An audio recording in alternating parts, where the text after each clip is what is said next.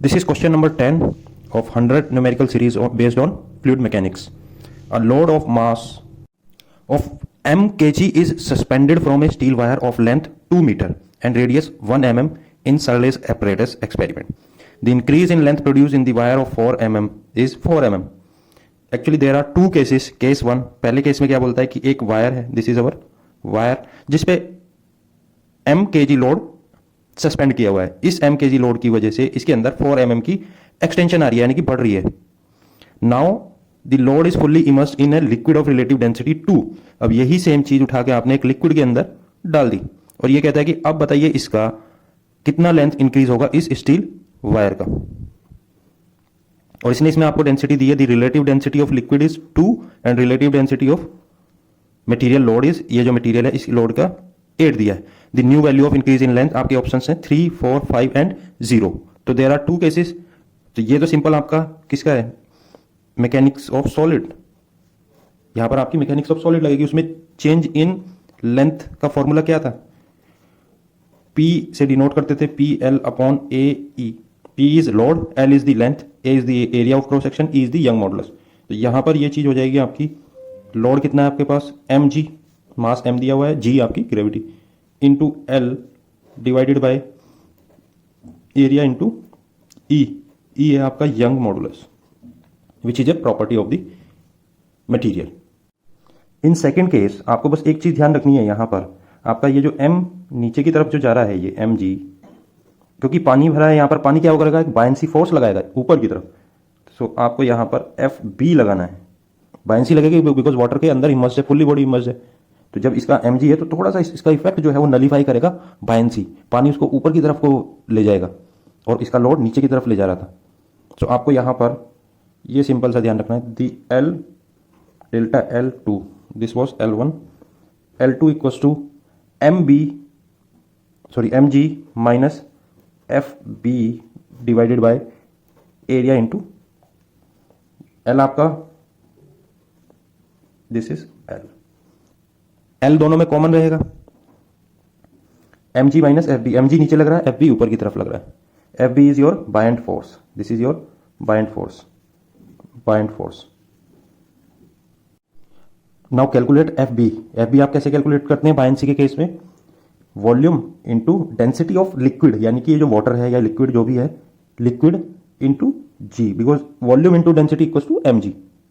Volume into density equal to क्या होता है आपका m, और g आपका ये ऑलरेडी आ गया है यहां पर. अब आप यहां पर वॉल्यूम को डेंसिटी की फॉर्म में कैसे लिखेंगे, ये डेंसिटी लिक्विड की है, देन अगर मैं इस वॉल्यूम को mg divided by rho B, mass upon में डेंसिटी इक्वल टू वॉल्यूम. अब यहां पर जो ये डेंसिटी है, डेंसिटी किसकी है आपकी, इस मटेरियल की. ये आपने क्या किया, buoyancy equal to volume into density of liquid into G. Buoyancy force होता क्या है, जितना इसका वॉल्यूम है उतना ही वेट ये डिस्प्लेस करता है इसके अंदर से. तो जो इसका वॉल्यूम है, सपोज करिए इसका वॉल्यूम ये है V, इतना ही आपका पानी अंदर से डिस्प्लेस होता है. तो यानी कि जो इसका वॉल्यूम है मल्टीप्लाइड बाय डिस्प्लेस क्या हुआ, पानी, डिस्प्लेस पानी हो गया. जी आपकी ग्रेविटी है. अब हमने क्या किया, इस वॉल्यूम को m अपॉन में रो बी लिख लिया, बिकॉज दोनों का वॉल्यूम सेम था.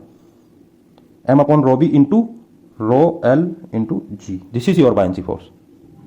Now put this buoyancy force here, then you will get delta L2 equals to mg minus mg into rho L upon rho B multiplied by L upon A into E.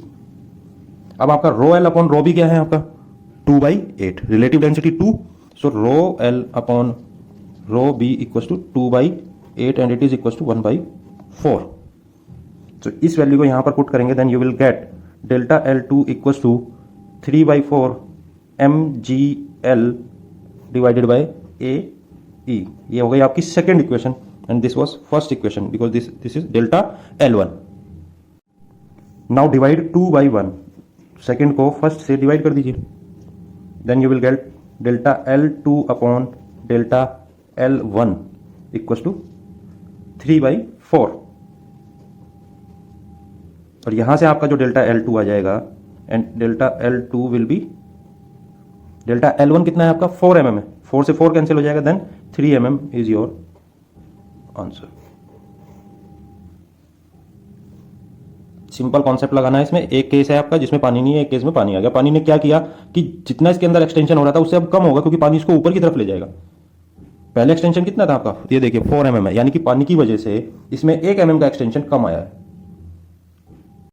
This is question number 11. A soap bubble blown by a mechanical pump at the mouth of a tube increase in volume with time at a constant rate. The graph that correctly depicts the time dependence of pressure inside the bubble is given by A, B, C, D.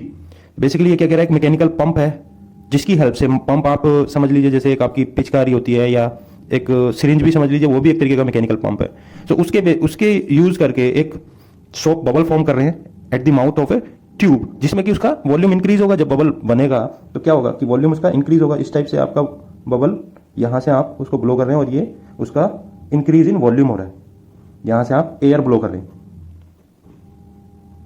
With the help of mechanical pump. अब ये कहता है increase in volume with respect to with time at a constant rate. जो volume जो increase हो रहा है time के रेस्पेक्ट में एक कांस्टेंट रेट के साथ हो रहा है।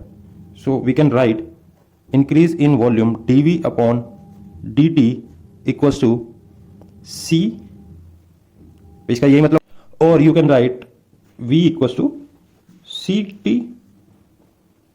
Now v volume of soap bubble is 4/3 pi r cube equals to ct.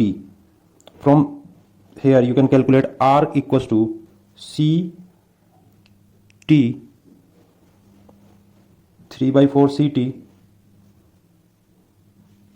divided by pi power 1/3. So basically this is constant. ये सभी क्या है आपके एक तरीके से कांस्टेंट है सभी। So you can write the relation with radius and time is t raised to the power 3. Now you have to determine pressure inside the bubble. So pressure inside the bubble क्या होगा, जब आप इसको blow कर रहे हैं, यहाँ पर एक एटमॉस्फेरिक प्रेशर है, यानी कि उससे ज्यादा ही होगा तभी ये फूल सकता है, अदरवाइज फूलेगा ही नहीं। आपके पास एक रिलेशन भी होता है P equal to P not plus soap bubble. क्या आपका फॉर्मूला क्या है प्रेशर का, 4T/R। T is the surface tension and R is the radius. ये आपका फॉर्मूला है सोप बबल का। तो यहां पर ये लिखिए 4T/R, R is the radius, जो हमने यहां पर स्मॉल r से डिनोट किया है। नाउ राइट, R की जगह हम क्या लिख सकते हैं, दिस इज, आप इसको कैपिटल R लिख लीजिए, T की पावर 1/3। इसको रीराइट कर लेते हैं, P not plus 4T T raise to the power 1/3। This is constant. Again this is also constant because surface tension of soap bubble is constant value T। So आपका pressure जो है atmospheric plus ये pressure होना चाहिए। अब आपको options क्या क्या दिए हैं, 1/T, ये तो T raise to the power 1/3 है। तो सीधा सीधा अगर मैं रिलेशन बोलूं, P मेरा इंक्रीज होगा, this is constant because atmospheric pressure, 4T constant, तो ये आया आपका 1/T raise to the power 1/3।